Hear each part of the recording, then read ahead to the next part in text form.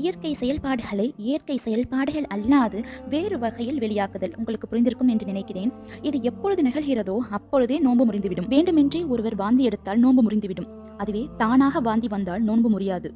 Point, உணவு போன்ற சக்தி ஊட்டக்கூடிய பொருட்கள், அதாவது மருந்து, குளுக்கோஸ் இது போன்றவை ஊசி போன்றவற்றின் மூலம் உடம்புக்குள்ள செலுத்தினாலும் நம்மளுடைய நோன்பு முறிந்துவிடும். நம்ம ஏற்கனவே ஒரு வீடியோல பார்த்திருக்கோம் எந்தெந்த காரணத்துக்காக ஒருவருக்கு நோன்பு விடுவதற்கு அனுமதி உண்டு என்பதை பற்றி.